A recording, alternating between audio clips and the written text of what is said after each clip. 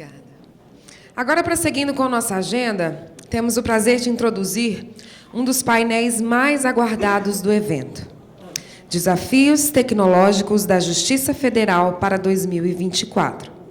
Este painel reunirá as lideranças de tecnologia dos 6 tribunais federais, trazendo uma discussão rica e profunda sobre os desafios, expectativas e planejamentos estratégicos para enfrentar o futuro tecnológico da Justiça Federal no próximo ano. Então, eu convido ao palco da Enachic a senhora Ana Luísa Carneiro, que é diretora de Tecnologia da Informação do TRF da 2ª Região. Senhor David Panessa Bacelli, assessor de Gestão de Sistemas do TRF, 3ª Região. Christian Ramos Prandi, diretor de Tecnologia da Informação do TRF da 4ª Região. Senhora Fernanda Montenegro, diretora de Tecnologia da Informação do TRF da 5ª Região. E, novamente, o senhor Daniel Santos Rodrigues, diretor de Tecnologia da Informação do TRF da 6ª Região. Para moderar este painel, convidamos também o anfitrião da 7ª edição do Enachic JF, senhor Lúcio Melri da Silva, secretário de Tecnologia da Informação do TRF da 1ª Região.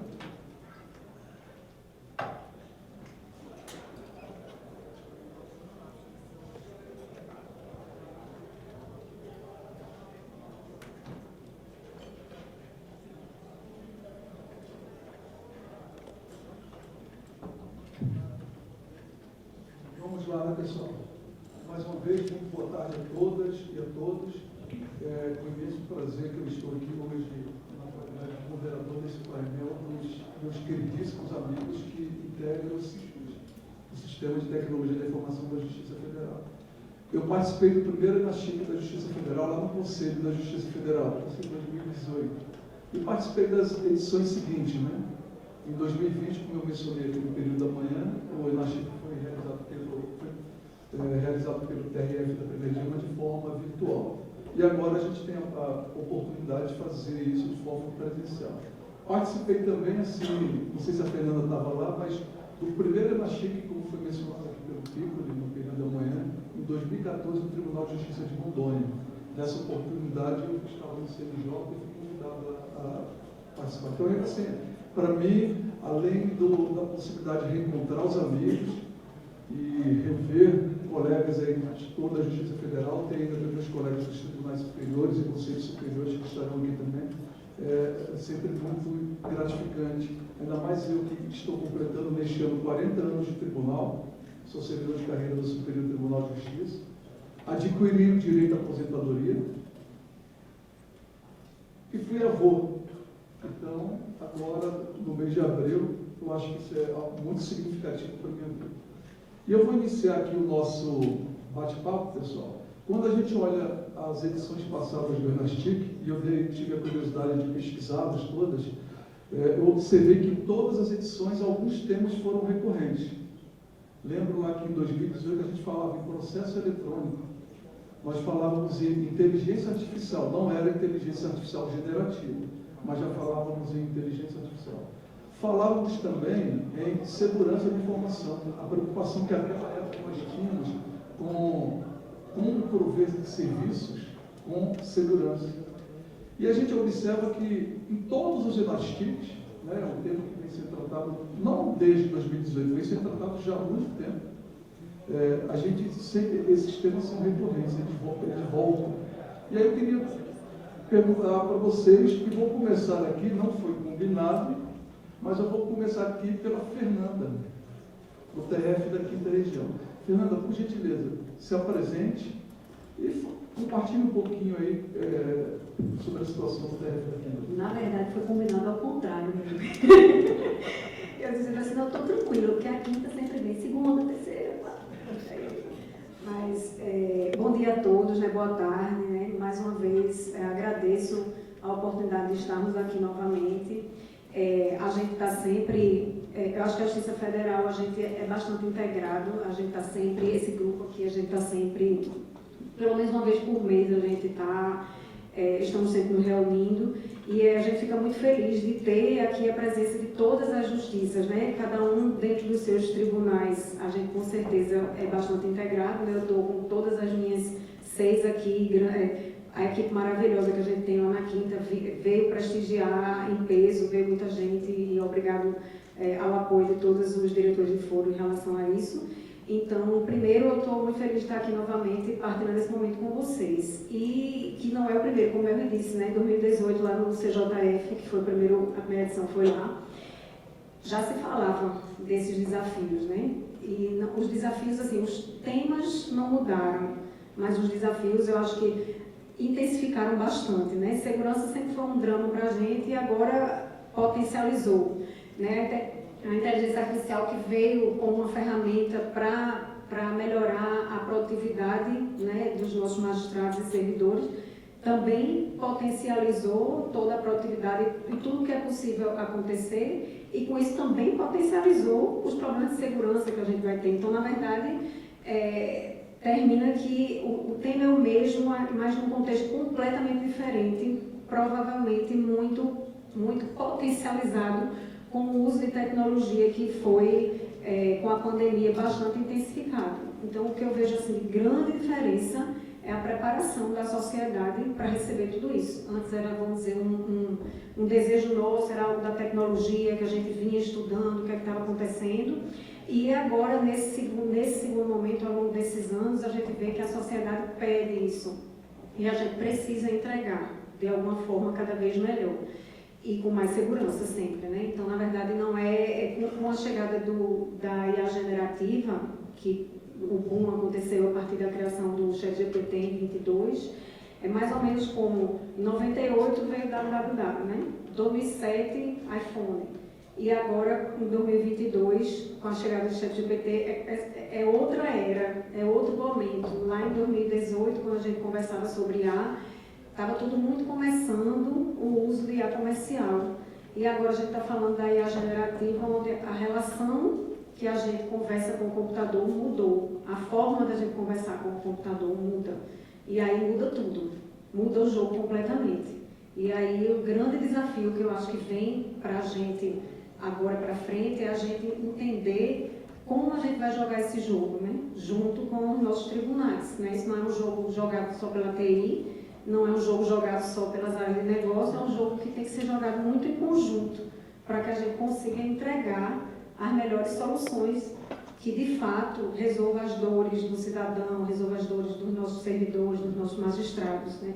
O potencial é imenso, a nossa capacidade é imensa, a gente precisa trabalhar muito, que eu acho que é o grande desafio, na governança de tudo isso, nas políticas de tudo isso, né? A gente viu hoje de manhã sendo falado pelo corregedor, a preocupação, por exemplo, de um servidor que usou o ChatGPT, enfim, o ChatGPT provavelmente o público, e terminou dando uma resposta que não era exatamente a que ele gostaria, né? E é interessante que eu vi um analista uma vez do Gartner comentando que o ChatGPT é como se fosse aquele amigo que mente, às vezes, né? Pode mentir, só que ele mente com uma gramática maravilhosa, parece que está tudo certo. Então, na verdade, é um cuidado imenso e é muito importante a gente trabalhar com os nossos tribunais para entender como vai ser a política em relação a esse uso, né?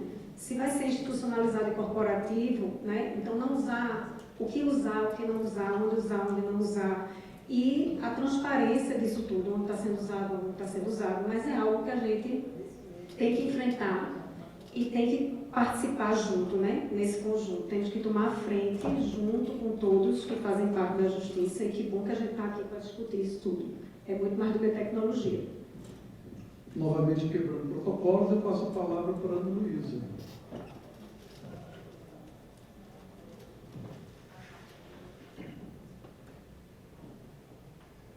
Boa tarde a todos. Eu sou Ana Luísa, diretora de TI do TRF da 2ª Região e da Seção Judiciária do Rio de Janeiro.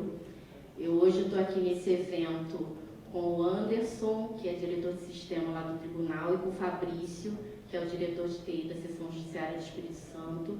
E nós 3 estamos representando a TI da 2ª Região. Você falou, Melvin, dos eventos de Genastic lá de 2018, né? Nessa época eu ainda não estava na gestão, mas eu já fazia parte da equipe de TI.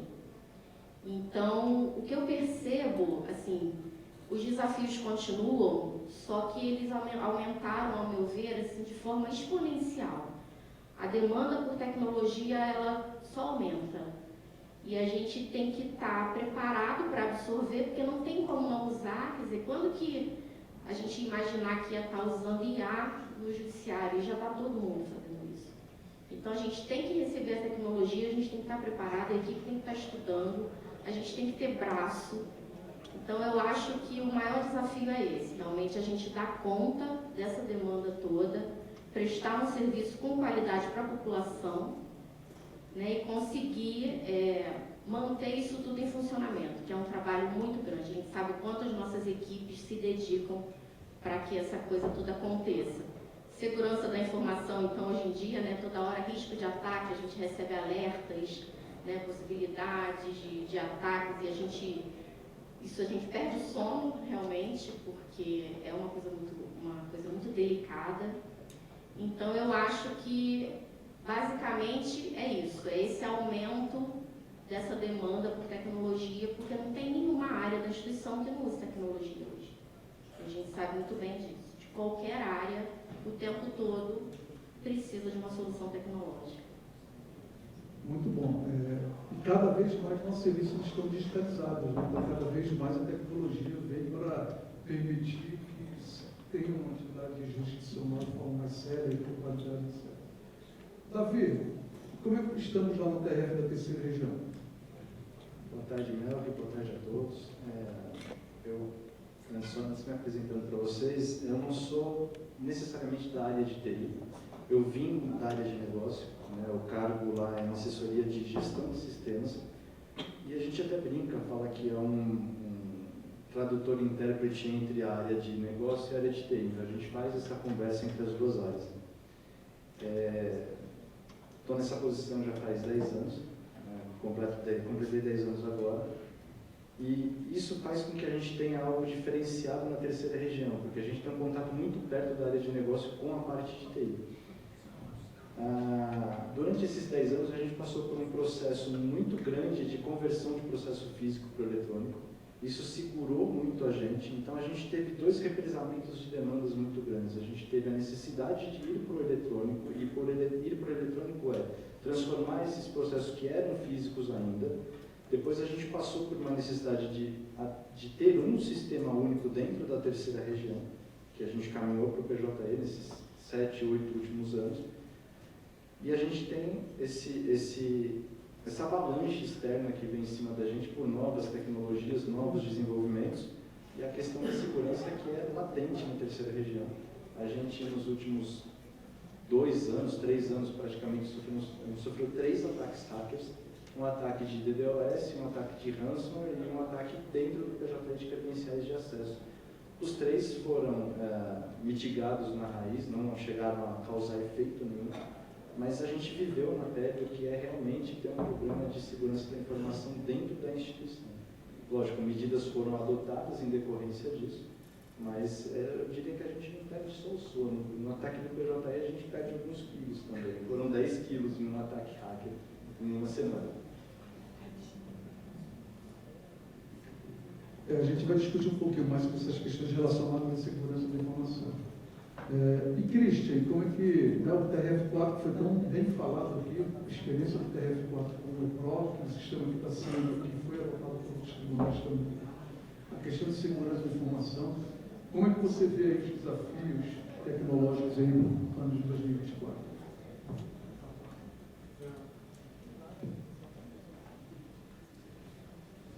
Se apertar no botão ON, funciona. Mas vamos lá. Meu nome é Christian, sou responsável pela TI do TRF4, tá? E junto com o João, com o Rogério, com o Jean, nós tocamos o dia a dia, né? O João é o diretor lá da Seção Judiciária do Rio Grande do Sul, o Rogério de Santa Catarina e o Jean do Paraná. São pessoas também relativamente conhecidas dentro da informática da Justiça Federal, porque eles tocam alguns projetos bem importantes. Olhando para o passado, né, o que a gente está fazendo nesse primeiro momento, teve o primeiro anastíquio da Justiça Federal em 2018, mas o que me marcou foi um de 2020, promovido pelo TRF1. E o Mel me convidou para participar, aquela coisa toda, era pandemia, então ia ser todo mundo no seu quadradinho no Zoom, e ele colocou numa mesa de governança. E aí eu pensei, tá de brincadeira. A nota do TRF1 é altíssima, a nota do TRF4 é baixa. O que eu vou fazer na mesa de governança? Muito bem. E daquele nascido para cá, algumas coisas importantes aconteceram, né? Segurança da informação, que é o elefante da sala, a gente necessitou começar a falar sobre ele.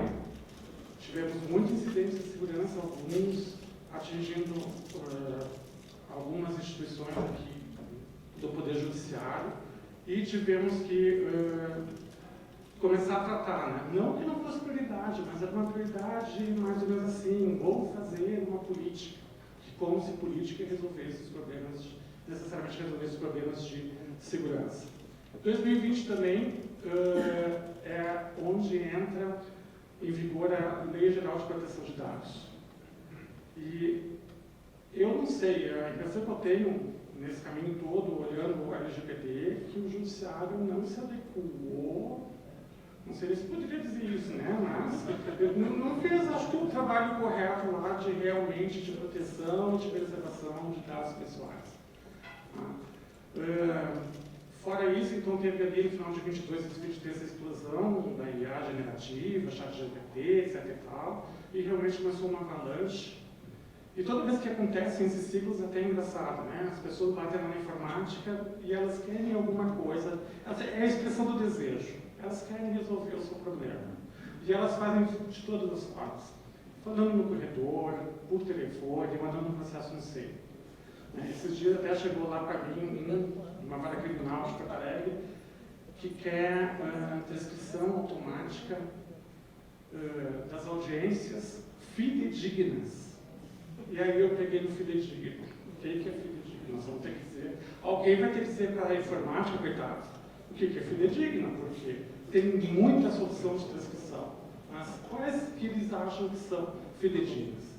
Então, nesses momentos de aperto, em que a demanda chega para nós como um desejo, nós vamos falar com os usuários, às vezes eu coloco o laboratório de inovação para me ajudar a entender o que o usuário está pedindo, porque o usuário está dando a solução do problema dele. Né, que ele acha que vai resolver o problema dele. Pode ser que resolva mesmo, porque seria bem interessante ter uma solução de transcrição automática, realmente.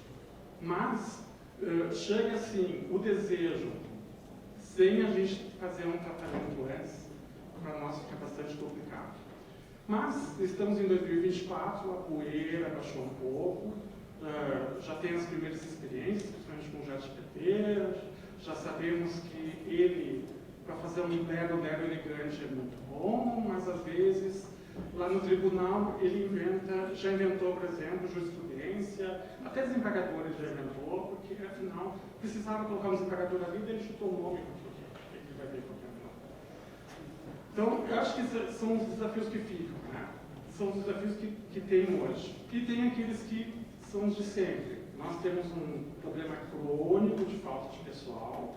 Eu estou há 25 anos na Justiça, não é tanto tempo quanto o Melvin, mas nesses 25 anos eu nunca vi um projeto de lei para aumentar o quadro de TI. Estamos de novo numa conversa com o CJF, não sei do que vai dar isso. Então, precisamos aumentar o quadro, e isso não é choro da informática, porque a informática, ao longo desse tempo, na medida que ela foi assumindo a responsabilidade pelo armazenamento dos dados de processos, ela começou a ficar com muito mais tarefas. Teve um processo físico, a gente tinha lá um sistema de acompanhamento, etc e tal, o sistema de acompanhamento podia cair, 1, 2 dias, ninguém morreu, o processo ia andar. Hoje, qualquer soluço no sistema processual é um Deus que sacuda, telefone tocando, aquela coisa toda. E isso, então, é muito importante. Nós temos que olhar para o nosso quadro de pessoal, entender que eles fazem, que são pessoas muito aguerridas, que a gente, com um quadro muito pequeno, consegue manter sistemas no ar por bastante tempo. Então, essa é só a minha primeira intervenção. Daniel, Sempre é mais difícil para o último, né? Porque, basicamente, eu imagino que todos tenham falado dos seus desafios também, além daquele que foi encontrar um tribunal do TRF. Aí fala aí do TRF da sua região, por favor, seu presente. Boa tarde a todos. Eu me chamo Daniel, estou secretário de TI do TRF6, responsável pelo TI do TRF6. Eu estou aprendendo com todos eles aqui, porque eu estou chegando agora muito recentemente nessa condição, tanto de tribunal quanto na área como secretário de TI, então assim, é difícil. Os desafios do TRF6 ainda estão aquém dos desafios de vocês, porque, na verdade, o desafio que a gente tem hoje para valer é colocar o tribunal em pé, fazer o tribunal funcionar. É muito complicado. Eu vejo o Christian falando da quantidade de servidores, lá vai parecer até brincadeira, né? Porque a quantidade de servidores que a gente tem lá é praticamente os mesmos que a gente tinha quando sessão judiciária do TRF1. Então, assim, aumentou, depois disso, a gente vai fazer, tem 1 ano e meio de vida, aumentou de 25 para 37. Então, a gente tem, na verdade, desafios gigantescos para manter o funcionamento normal do tribunal. A gente ainda não conseguiu nem colocar todas as funcionalidades específicas do tribunal em funcionamento. A gente tem problema com certidão, a gente tem problema com entrega de dados para o CNJ, a gente tem vários problemas que são fundamentais para o funcionamento do tribunal. Mas estamos caminhando, eu acho que a gente está no caminho certo. Eu estou muito motivado, a questão do TRF6 é uma oportunidade gigantesca. Então, assim como está sendo muito difícil, também é algo muito instigador, muito motivador para a gente seguir. E, obviamente, que essas preocupações com segurança, e eu não vou nem falar porque a gente não dá nem para pensar nisso por enquanto, mas, por exemplo, com segurança é uma coisa muito preocupante, até pela equipe muito pequena. Tratar tudo é muito difícil, é mais complicado um pouco. Então, isso é coisa. Então, me adiantando um pouco, todas essas variáveis que a gente tem, essas dificuldades todas, foi o que a gente fez a gente ir, por exemplo, ir para a nuvem para poder garantir muita coisa que a gente não conseguia fazer localmente. Então, assim, é o grande desafio do TRF6, da equipe de TI do TRF6, é fazer realmente o tribunal funcionar. Excelente. Eu sou da primeira região e a primeira região também tem seus desafios tecnológicos. Vou tentar pensar alguma coisa do que vocês falaram aqui, que a nossa realidade é a mesma de vocês. Talvez um pouquinho aumentada, porque nós somos 13 sessões judiciárias, 73% do território nacional. Quando Minas Gerais integrava a primeira região, nós éramos 82%. Hoje nós estamos em 73%. São 94 unidades da Justiça Federal espalhadas nesse mundão todo aí.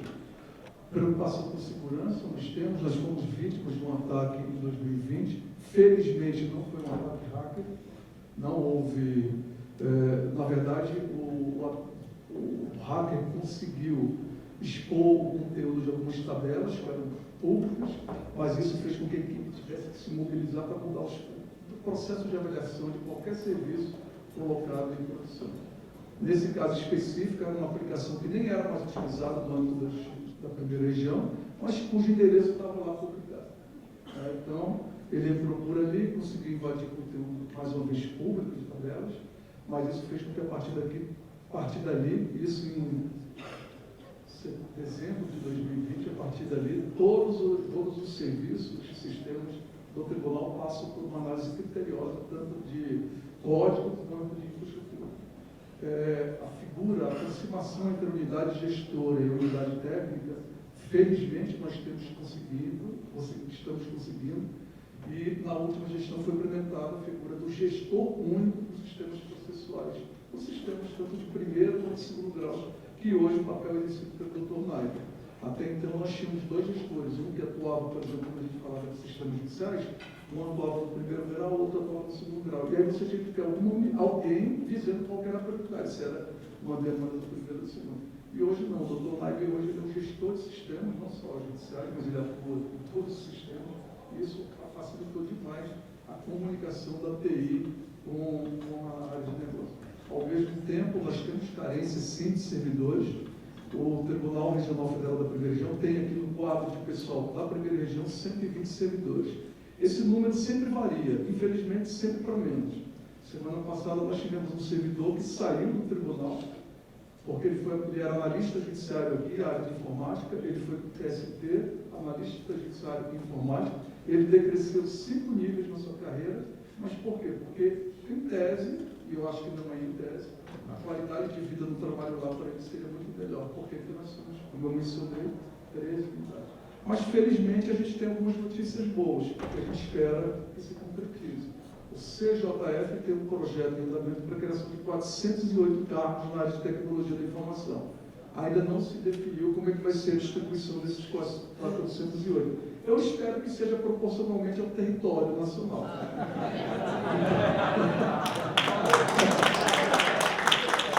E, só para finalizar essa parte inicial e aproveitando a oportunidade, nós também aqui da Primeira Região estamos com todos os gestores de tecnologia da informação da Justiça Federal, das 3 sessões judiciais que estão aqui presentes. E, como eu disse pela manhã, é um marco, nós temos aqui todos os gestores de TI da Justiça Federal do país, tanto dos TRFs quanto das sessões judiciais.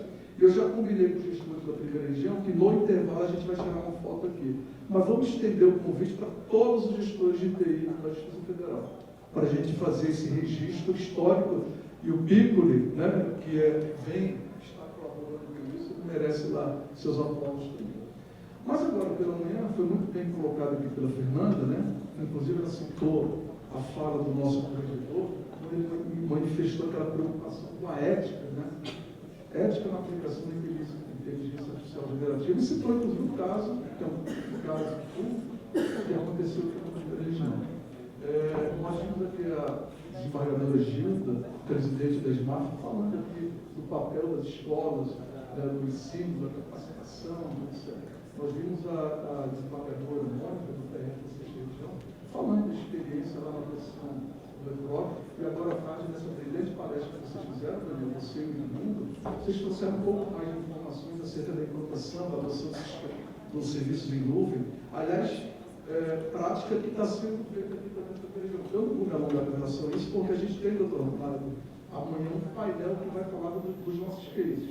A gente vai falar sobre inovação, nós vamos falar sobre transformação digital, vamos falar sobre a nossa experiência com a adoção da inteligência artificial generativa, robotização, etc. Então, para não perder o ileditismo, amanhã você vai explicitar. E hoje, estão todos convidados, se eu não me engano é hoje, o Rodrigo, que foi o diretor de tecnologia da informação do Superior Tribunal de Justiça, na época daquele ataque Hansen, eu falei, eu cometi um equívoco, eu falei assim, infelizmente não foi um ataque hacker. Na verdade não era um ataque hacker, era um ataque Hansen. O Rodrigo, que foi o diretor de TI, lá em 2020, quando o STJ sofreu aquele ataque, ele vai contar um pouquinho da experiência dele, né? E tem até um livro que eles fizeram muito bom, e eu convido todos a conhecer. Mas, voltando ao que foi falado aqui no período da manhã, inteligência artificial, transformação digital, essa palestra também muito interessante falando sobre motivação, porque coloca o ser humano como, né, talvez, o principal polo aí naquele que aperfeiçoa esse processo de tecnologia. O que vocês podem compartilhar com a gente aqui? Como é que está essa situação de nós, essas pessoas, motivação, demandas, pressão? Você mencionou aqui a CNJ, CJF, PCU, os órgãos de auditoria interna, isso aqui é muito interessante.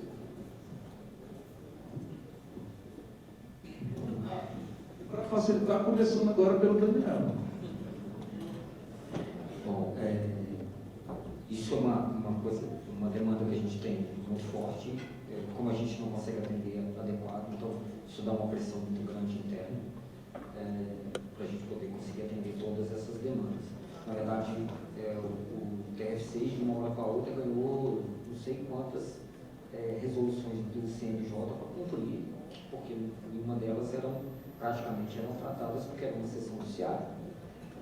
Vocês, aqui em Brasília, no TF1, é que tratavam a maior parte dessas coisas, quase não tratava nada disso. A gente garantia a infraestrutura mínima lá para tudo funcionar. Então, a gente foi Isso está sendo particularmente um desafio para a gente fazer. A gente está em conversa com o pessoal, inclusive do CNJ, para ajudar nisso, para poder conseguir melhorar esse aspecto. No caso das equipes, eu tive estava falando de motivação. A gente recebeu em abril desse ano 14 pessoas novos servidores, que inclusive foi do concurso de vocês permitiram que a gente usasse. Então, 14 pessoas se interessaram em ir para o TF6. Dessas 14 pessoas, já perdi 2, porque passaram no concurso mais adequado, então eu tenho 12. Eu costumo dizer que na hora daquela palestra, eu vi várias coisas se encaixando com a minha equipe lá. Porque um dos motivos do nosso sucesso, que eu não consigo explicar como é que aconteceu, foi que essas 12 pessoas chegaram e com 10, 15 dias eles já eram uma equipe, junto com a minha equipe que funcionava, que eu olhava assim e falava assim, parece que esses caras estão aqui há anos, o que aconteceu? Mas eu acho que foi exatamente essa questão do propósito que foi o que atraiu a vontade deles e que se integrou com a equipe que estava local, que estava bastante motivada, apesar das dificuldades. Então, isso foi uma das coisas que ajudou muito no nosso sucesso. A gente ainda está caminhando, mas a gente está bem no caminho. Mas é sempre desafios, né? Essa coisa é sempre complicada de levar, mas eu tenho 5 exemplos pela frente, então assim, a gente vai seguir os exemplos de vocês e vamos chegando aonde a gente precisa, eu acho. Bom, só para a gente ficar atento ao nosso tempo, tá? Fernanda, por favor. Então, dentro desse panorama todo de desafio, né, que você está colocando, realmente o nosso maior é pessoas, né? No momento, por trás da tecnologia, sempre tem pessoas e as nossas equipes de TI são muito pequenas, né?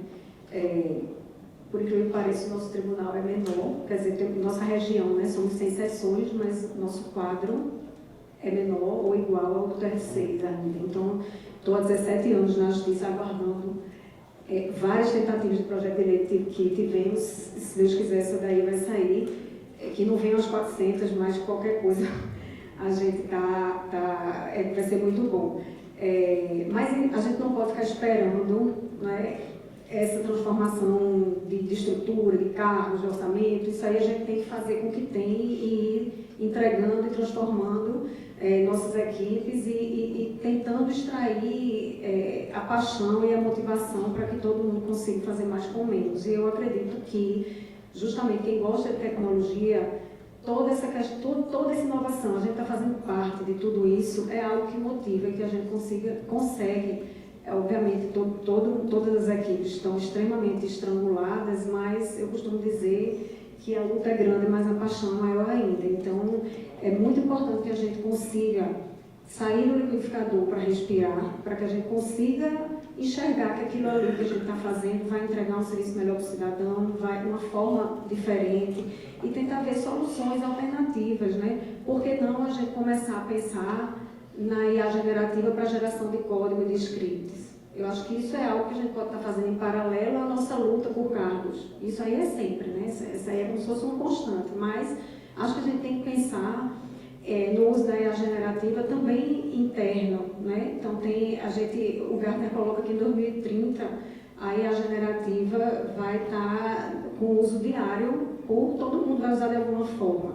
Então as instituições vão ter que ver se vão usar para a questão de produtividade interna, para relacionamento com os clientes ou cidadãos, que também é algo que eu vejo isso com muito bons olhos. A gente tem um projeto lá na nossa rede de inovação, sendo tocado pela Justiça do Rio Grande do Norte, NISIA, que vai usar justamente para falar com o cidadão numa linguagem que ele se comunica melhor. Então, esse piloto a gente está fazendo. Então, tem muita oportunidade. Os desafios são imensos, mas tem muita oportunidade. Por que não a gente da TI também trabalhar nas nossas máscaras de oxigênio, enxergando essa tecnologia como um parceiro, né? Já tem muitas empresas fazendo e começando a trabalhar para geração de código, geração de scripts, e aí a gente consegue a parte de teste, qualidade. Então, isso a gente consegue potencializar nossas equipes, né, e focá-los mais no que de fato a criatividade, a interação com o usuário e a questão toda de levantamento, de não só de levantar demanda, mas de desenhar a demanda junto com as áreas de negócio, para que a gente de fato consiga entregar melhor isso. E o que me preocupa muito, na verdade, o grande desafio que eu acho que vem pela frente, na verdade, o pior é que a gente tem que, a gente vai só escolhendo os desafios que a gente vai refletir ou sofrer naquele fim de semana ou naquela noite. Né? Segurança é algo que já tira o nosso sono, eu já nem, é melhor já ficar dormente. Mas, assim, me preocupa muito a governança de dados. É uma disciplina, uma área que eu acho que todos nós precisamos muito mergulhar nisso, com ferramentas, embora não seja governança de dados, mas não só com a parte de governança de processo e tal, mas de ferramentas para que a gente trabalhe bem esses dados, para que de fato a gente possa usar inteligência artificial, robotização da melhor forma possível e entregar o melhor resultado, porque senão o dado desgovernado vai entregar um resultado errado. Então isso é um ponto que nesse hype de inteligência artificial tem que ser colocado em paralelo com muita prioridade e a gente tem que pensar nisso com muito cuidado, né? com muita priorização e a governança da própria inteligência artificial. Né? Lá no tribunal, em 2022, foi criada uma comissão de governança de inteligência artificial para justamente propor políticas para a chegada para o trabalho dessa nova tecnologia no dia a dia. Né? Então, acho que esses 3 pilares vão ser muito importantes para a gente conseguir chegar no próximo Enastic, né? A gente pessoal ou potencializar com a própria tecnologia, enquanto não chega o pessoal, governança de dados e a questão a governança em si da inteligência artificial. Só trazendo uma informação adicional, o CJF, quando fez a última atualização do quadro de servidores de carreiras da Justiça Federal, ele criou o cargo de analista judiciário administrador de dados. Então já tem esse olhar exatamente para a governança de dados. Christian? Bom, sobre iniciativas de IA, acho que o Dr. Picarelli resumiu bem hoje lá de manhã sobre o que a gente está fazendo aqui na quarta região. A gente está investindo muito, e ele explicou bem, em automação a partir de metadados, e nós temos algumas iniciativas, que o Marlon poderia explicar melhor, relacionadas à inteligência artificial. Só que me preocupa em relação a essas iniciativas é sempre deixar clara a expectativa. Né? Não vai resolver a tua vida se você está pensando, mas vamos disponibilizar porque é inevitável, está vindo e a gente tem que mesmo se apropriar desse tipo de ferramenta até para qualificar os nossos serviços de TI e os nossos sistemas. Mas no início, quando a gente está implantando, por exemplo, lá, categorização de processos na vice-presidência, nem é IA generativa ainda. No início tem erro. E é uma faixa de erro de 70%, 80%. Talvez o usuário não ache aceitável esse tipo de erro, mas ele tem uma faixa de treinamento que as pessoas não compreendem muito bem e que o usuário reclama, porque afinal ele está saindo do trabalho dele para ficar treinando um algoritmo, não sei o quê. E a resposta é que, bom, tu vai ter que dedicar um pouco de tempo, porque no futuro tu vai ganhar muito mais tempo se a ferramenta estiver funcionando adequadamente. Então, é só esse receio. Mas quanto a adotar, me parece que a gente tem que se apropriar do conhecimento para colocar nos nossos sistemas. E como bem colocou a Fernanda, a própria TI também tem que se apropriar das ferramentas de IA para o seu trabalho, para ser mais eficiente, com menos erro, com mais qualidade. Excelente. Davi, por favor. A gente tem um caso já em utilização, em produção, que é o sistema Sigma de inteligência artificial, para geração de modelos de documentos, né, para indicação de modelos de documentos, e a gente está trabalhando em outros 4 projetos, né, de uso de inteligência artificial no processo eletrônico. Independente do desenvolvimento, a gente só coloca isso em atividade depois que passa pela nossa comissão de avaliação ética. Então, a gente tem um comitê de avaliação ética que validou todos os requisitos do signo. Então, isso é muito importante e que vai fazer a validação de todas as outras desenvolvimentos de IA que a gente fizer. Né? E a gente não está trabalhando também só a IA, mas a gente está trabalhando também a automação dentro do processo eletrônico. Por que isso? A gente tem dois pontos. Um, esse que você falou do projeto do CJF, de mais servidores, ele é essencial, porque o que a gente está vendo o aumento da idade média dos servidores, tanto da área de negócio quanto da área de TI, o aumento de quadro de vagas, as vagas estão ficando abertas por mais tempo, né, sem preenchimento. Os concursos não têm suprido essas vagas e quando eles suprem, o servidor fica por muito pouco tempo, porque para um servidor que acabou de ingressar, o mercado privado acaba sendo muito mais interessante do que o mercado público.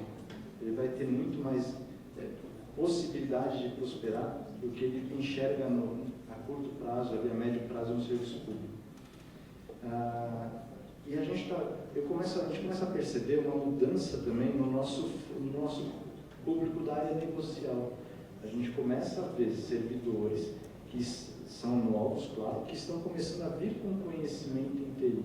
Então, são servidores que começam a querer fazer desenvolvimento, ajudar a gente nesse desenvolvimento. Esse servidor também tem uma tendência de não ficar muito tempo. Então, a gente vai ter 2 buracos a serem preenchidos, o da TI e da área de negócio. E ao que se parece, isso vai ser cada vez mais constante. Então, se a gente não partir para as automações, a gente vai sucumbir inteiramente, principalmente se não vier esse projeto com as 400 vagas. Aqui na primeira região, existe o Momento PJE. Toda sexta-feira, às 14 horas, o Dr. Naive, juntamente com a equipe do PJE, equipe negocial do PJE, trata de um determinado assunto. Nós já falamos lá sobre segurança da informação, sobre fluxos do PJE, já foi falado lá sobre o PJE mais R, que é uma instituição que foi criada aí por usuários do PJE, não profissionais de TI, que hoje é adotada aí por todos os órgãos que utilizam o PJE. E exatamente vem ao encontro do que você está falando. É exatamente isso. E além do servidor que já tem conhecimento de TI, o que a gente está vendo é muito magistrado com conhecimento de TI também, né? Que é um grande desafio, ao mesmo tempo que é uma grande oportunidade para que a gente consiga entregar com maior qualidade. Mas, Ana, e lá na segunda região? Então, Melanie, a gente também tem essa preocupação muito forte com a equipe, né? Eu fico muito feliz de ter um evento assim, com essa abrangência, a gente poder falar. Vocês viram que todos os colegas aqui falaram a mesma coisa, é uma dor só. A gente precisa ter mais profissionais e, além disso, a gente tem que fazer com que os que estão fiquem. Isso é muito importante também.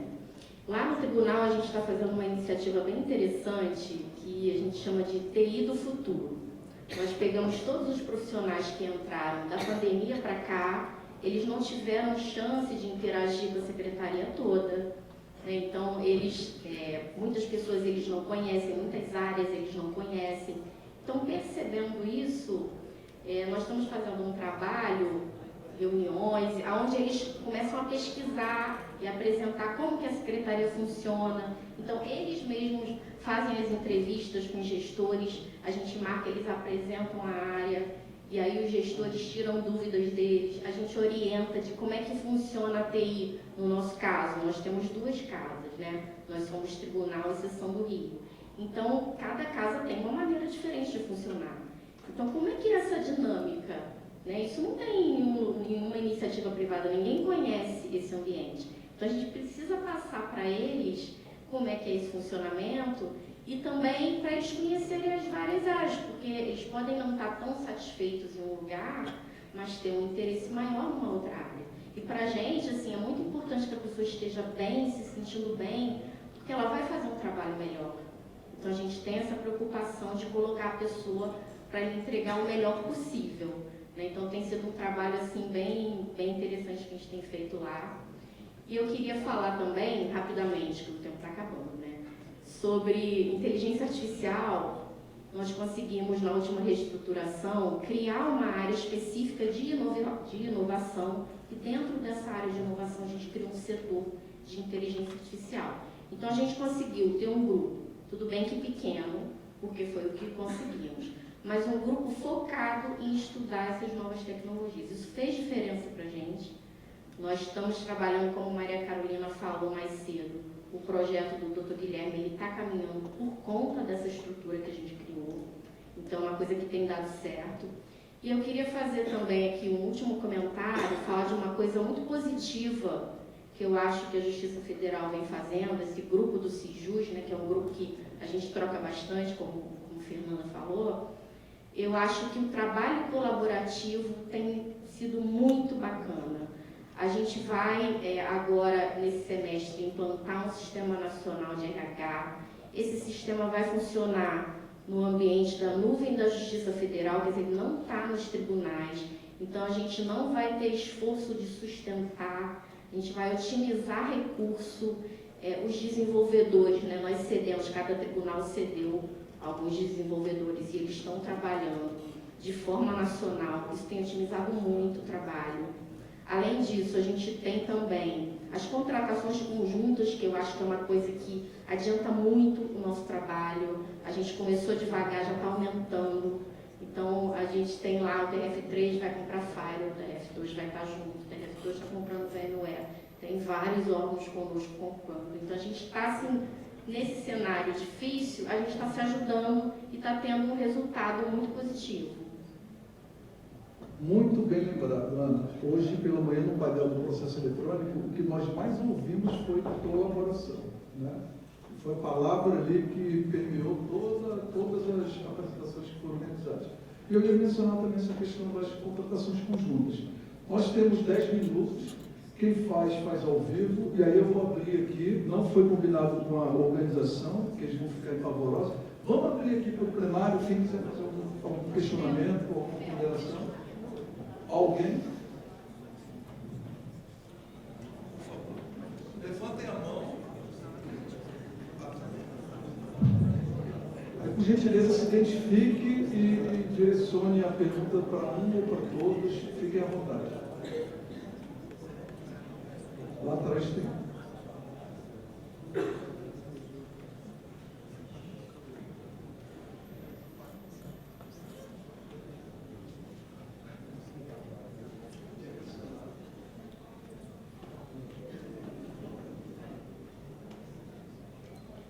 Boa tarde a todos. Marcos Vinícius, TRF5, na governança de TI.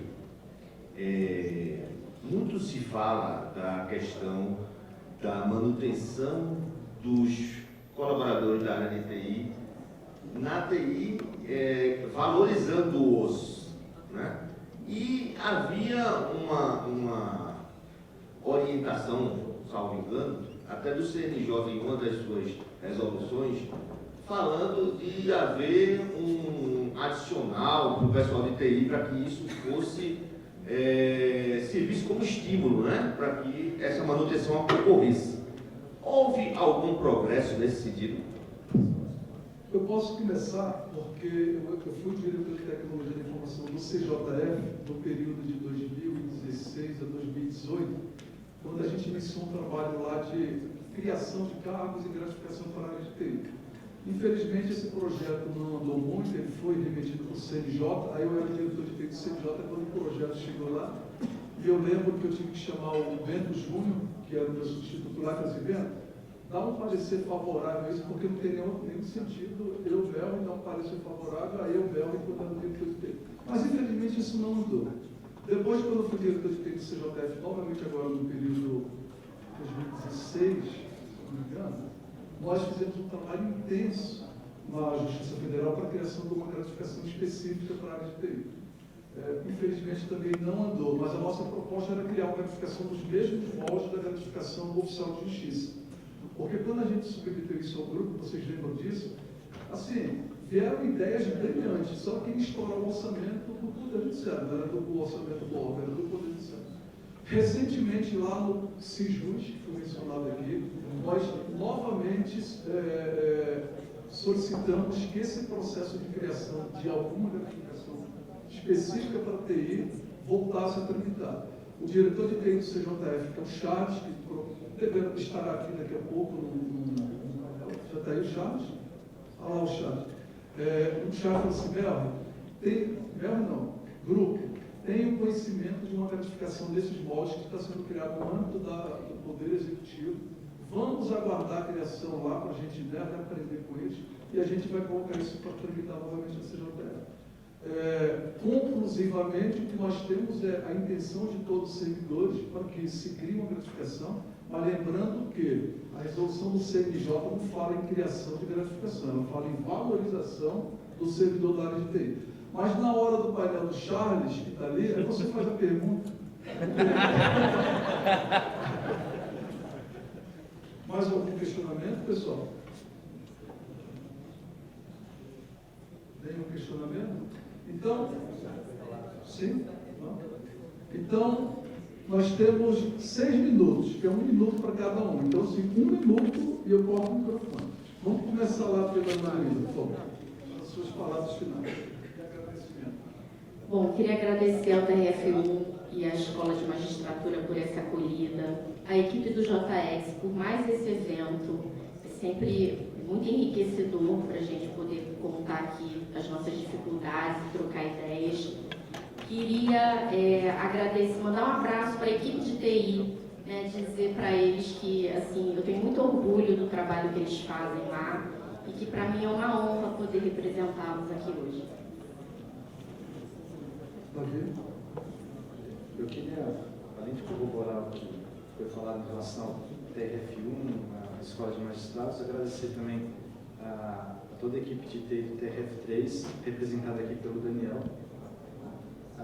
Agradecer o apoio e a toda a participação no desenvolvimento e na melhoria da TI também ao Dr. Caio, que está aqui presente, e a minha equipe de, vamos dizer assim, negócio de TI, que atua junto ao PJE e ao Sistema SEI, que fica lá com a gente também. Então, esse é o agradecimento que eu queria fazer a todos. Bom, eu também gostaria de agradecer novamente o convite da F1, aqui é a Escola da Magistratura, a equipe do JX, por mais esse NASTIC, e especialmente aos meus colegas que estão ali no dia a dia da TI. É um dia a dia, por vezes, duro, mas é muito gratificante, porque realmente a gente vê as coisas acontecendo e as coisas evoluindo. Talvez não do jeito que a gente gostaria, na época que a gente gostaria, mas os resultados que a gente tem obtido são bastante significativos. Eu também queria agradecer ao pessoal do JX, ao pessoal do TRF1, por ter seguido e feito tudo com tanto esmero, como sempre. E queria agradecer a toda a minha equipe, que eu não só do tribunal, porque eu sempre digo, em nossa região, eu costumo dizer para os meninos que a gente também está sempre se reunindo, então nós somos muito um só corpo e um só espírito, que eu digo a eles. Então, assim, eu queria agradecer a todos os nossos serviços. A gente, na verdade, nós não somos ninguém sem vocês. Então, a gente só consegue entregar uma justiça melhor na quinta região para o cidadão por causa do trabalho de vocês. Isso é muito importante que tenhamos essa consciência para que a gente consiga enfrentar todos esses desafios que falamos, né, desde o princípio. E é muito importante que a gente entenda que esse é o nosso propósito, para que a gente aguente todo esse trampo, né? E eu sou uma otimista, eu acho que com todos esses desafios, nós, na verdade, em cada desafio desse, a gente tem uma oportunidade de estar participando, de estar junto, de estar criando a nova justiça, né? Com esse compartilhamento todo que nós trabalhamos e falamos aqui, não só junto da quinta região, mas com as outras regiões, com as quais a gente tem projetos tão importantes, desenvolvimento compartilhado de várias iniciativas e com quem a gente trabalha tão bem ao longo desses anos todos. Obrigada a todos. Agradecer o JX, um agradecimento especial a você mesmo pelo convite e à primeira região pelo apoio que tem dado para a gente nesse período de criação do TR6. Foi muito importante, sem isso também a gente não chegar até aqui. E a minha equipe não veio ninguém, tão pequena que não teve jeito de sair de mim. O agradecimento para ela vai ter que ser remoto daqui para lá. Obrigado. Bom, eu também agradeço a todos vocês pela presença, por estarem abrilhantando o nosso evento. Agradeço a todos os participantes aqui, tanto magistrados quanto servidores. E eu acho que a gente ainda vai ter um dia hoje riquíssimo de palestras, de relacionamentos. Lembrem que hoje à noite haverá um coquetel aqui de dependência da FESMAF. Amanhã teremos um dia riquíssimo aí com apresentações, painéis, cases. E mais uma vez agradeço também ao Pico e a sua equipe pela oportunidade de sediar esse evento que eu acredito bastante, não apenas desse, né, Pico, mas o Expo também, que já virou uma referência nacional. Pessoal, muito obrigado. E, por fim, quero agradecer enormemente a toda a minha equipe aqui presente, não apenas do tribunal, mas também de todas as sessões judiciais que integram a região, porque tudo que está sendo visto aqui é o resultado do trabalho dessa equipe toda. E, Charles, na sua pessoa, quero agradecer aos colegas do CJF, Diego, e tudo assim, pelo trabalho que tem sido feito lá. E reforço a palavra que o doutor Nairo utilizou muito hoje pela manhã: colaboração. E a gente tem que procurar trabalhar de forma colaborativa. As contratações conjuntas, o tribunal, a primeira região está conduzindo 4 contratações nacionais, microcomputadores, notebooks, monitores, e a ITSM, a solução ASM, e os outros tribunais aqui, cada um também pegou 1, 2, 3, 4 contratações. Estou falando só de tecnologia, porque as contratações conjuntas envolvem não apenas tecnologia, mas todas as contratações da Justiça Federal. Muito obrigado a todos e a gente está entregando no tempo. Obrigado, pessoal. Boa tarde. É exatamente isso, secretário.